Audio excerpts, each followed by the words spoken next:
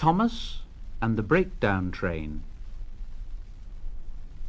Every day the fat director came to the station to catch his train, and he always nodded to Thomas and said, "Morning, Thomas."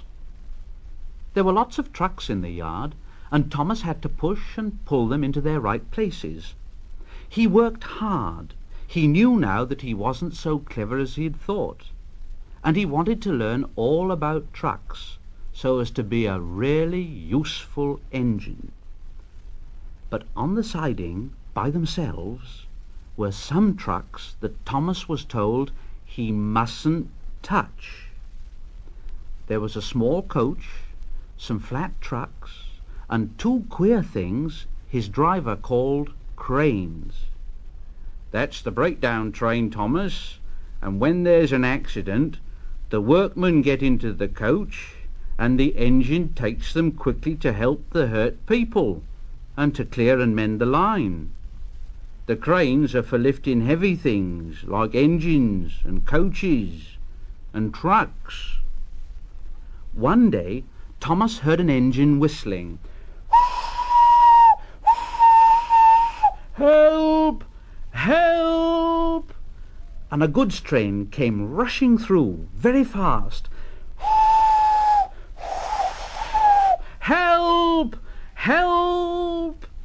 The engine, a new one called James, was frightened.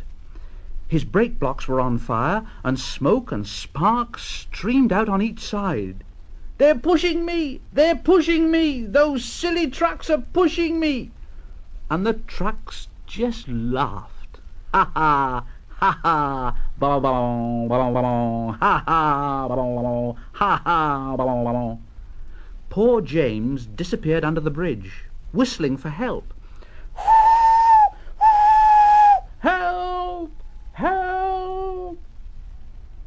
Thomas the tank engine didn't know what to do. "Oh, I'd like to teach those trucks a lesson." Presently a man came, running. "James is off the line. The breakdown train, quickly!" So Thomas was coupled on. The workmen jumped into their coach, and off they went. Thomas worked his hardest. Faster, faster, faster, faster. Oh, bother those trucks and their tricks. I only hope poor James isn't hurt. Faster, faster.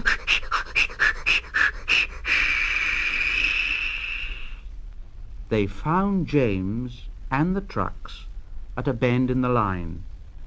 The brake van and the last few trucks were on the rails, but the front ones were piled in a heap.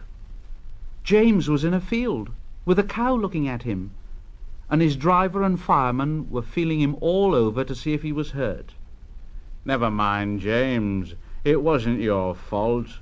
We always said your wooden brakes was no good." Thomas pushed the breakdown train alongside. Then he pulled the unhurt trucks out of the way. "Oh, oh, oh dear! Oh, don't hurt us, Thomas! Oh, oh, oh, don't hurt us, Thomas!" "It serves you right! It serves you right!" He puffed backwards and forwards all the afternoon, and he scolded the trucks.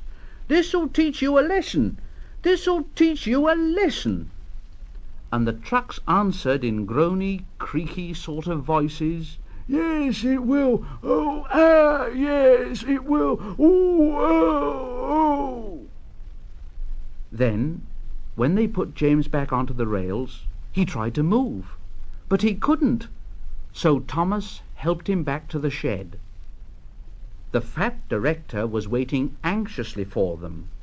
"Well, Thomas, I've heard all about it, and I'm very pleased with you. You're a really useful engine. James shall have some proper brakes and a new coat of paint, and you shall have a branch line all to yourself." "Oh, sir, thank you." Now Thomas is as happy as can be.